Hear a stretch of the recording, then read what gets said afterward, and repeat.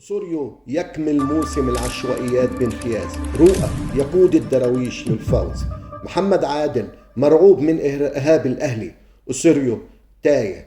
بسم الله الرحمن الرحيم. ازيكم يا جماعة؟ عاملين ايه؟ يا رب تكونوا بخير. اهلا بكم في قناة الزملكاوي. بسم الله الرحمن الرحيم. اليوم هنتكلم عن مباراة الزمالك والإسماعيلي. دي بتعتبر اول خساره لاسوريو مع الزمالك. واحد، جمهور الزمالك ما عندوش مشكله ان هو يخسر لقاء، ولكن جمهور الزمالك عايزك تلعب كويس. جمهور الزمالك عارف ان اتحاد الكره موجه هذه البطوله السنه دي لمين، كله عارف. الهدف الاول للاسماعيلي مش هدف. الحكم محمد عادل كان خائف من شوبير يهاجمه او جمهور الاهلي يهاجمه، لأن الفار نداه وقال له إن نضاي مضروب، ولكنه لم يسمع كلام الفار. يعني هو غير هدف شرعي.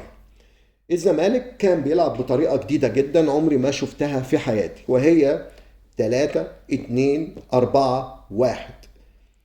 يا جماعة أي فريق في العالم بيبقى شكله الدفاعي بيكون شكله كده 4-5-1 أو 5-4-1. الزمالك كان في حالته الدفاعية كان بيلعب 3-2-4-1. عارف يعني ايه؟ يعني كان في 3 مدافعين فقط في منطقة الجزاء، وهم سكر والونش وشبانة. وقدامهم بيبقى مين؟ رؤى بيرجع بوشه، ومفيش باكات راجعة من الأطراف. يعني الزمالك كان بيلعب من غير باك شمال ولا باك يمين. يعني هي طريقة غريبة جدا.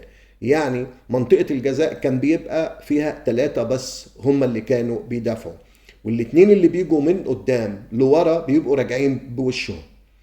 الهدف الاول للاسماعيلي كام لاعب كان في منطقه الجزاء؟ كانوا 3 بس، واثنين زي ما انا قلت جايين بوشهم اللي هم حسام عبد المجيد ورؤى.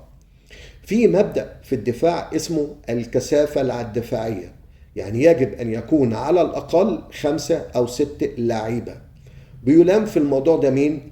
أوسوريو. ليه؟ على هذا الخطأ، لأن الدفاع كان فيه 3 لعيبة فقط. هذه الطريقة لن تنجح. ليه؟ لأن المبدأ الأساسي في الدفاع مش موجود، وهو الدفاع ب5 أو 6 لعيبة. دلوقتي لو احنا اتكلمنا في مستوى اللعيبة، فهناخد محمد صبحي كان مقبول.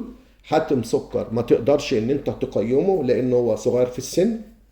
رؤى كان كمية أخطاء غير طبيعية فظيعة، وكان بيباصي الكورة غلط، ده مشكلة. ومحمد رؤى في رأيي إن هو كتب نهايته بنفسه بسبب الهدف الذي أحرزه في نفسه، لأن هو مش هيتحمل هجوم الجمهور الزملكاوي عليه بعد كده. الونش كان بيباصي الكورة غلط. حسام عبد المجيد معقول، ولكن كانت كل تمريراته كلها برضو فيها غلط كتير. شبانة كله كوره غلط وتمريرات كلها غلط، يعني عمل 19 تمريرة غلط. وبعدين المدافع تمريراته بتبقى سهلة، ده بيرجع لورا بيرجع، لكن عنده 19 تمريرة غلط. وفي سؤال تاني دايما بيجي في دماغي، هو ليه شيكابالا لعب 90 دقيقة؟ هو ليه؟ هل هو رأس حربة؟ هو مش رأس حربة خالص. معرفش ليه ولعب 90 دقيقة ليه. هو ما يقدرش أصلا يلعب 90 دقيقة شيكابالا. مصطفى شلبي كان مجهوده على الفاضي، ولكن مجهود يشكر عليه. أنداي مجهود برضو كان على الفاضي، ولكن بيشكر عليه. زيزو سيء جدا وقراراته كانت سيئة جدا وغلط وكان معزول طول الوقت. الزمالك عنده مشاكل كتيرة جدا ومشاكل دفاعية كتيرة جدا. وفي نقطة تانية، التغييرات لما اتعملت زي سيد عبد الله وسيف فاروق جعفر ما عملوش أي إضافة للفريق. هذه اللعيبة محتاجة إعادة تأهيل ذهني ونفسي، لأن كل هذه اللعيبة لا يؤهلهم إن هم يلعبوا في نادي الزمالك ما عدا 3: محمد صبحي والونش وزيزو، لو هم في حالتهم. فريق كان منعدم الشخصية، منعدم الحماس. الوش بتاعهم ما كانش فيه شراسة ان هم عايزين يلعبوا كورة وعايزين يكسبوا. ما تلاقيش العيال، تحس ان هم مكتئبين. مستوى سيء جدا. وبعدين بالنسبة للإحصائيات كمان، هي المباراة رقم 7 لخسارة الزمالك في الدوري، والزمالك اتعادل 7 مرات. يعني الزمالك خسر لدلوقتي 35 نقطة في الدوري العام، اللي هي 7 خسارات و7 تعادلات. فبصراحة الزمالك بيمر بمرحلة صعبة جدا.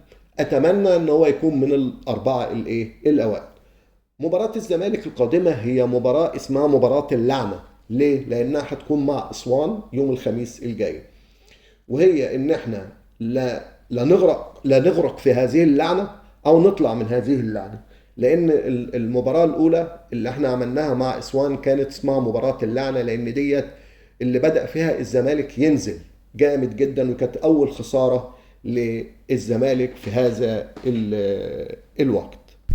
واخيرا الزمالك لعب 90 دقيقه، كان مخترق دفاعيا، كان في استهتار، كان فيه لا مبالاه.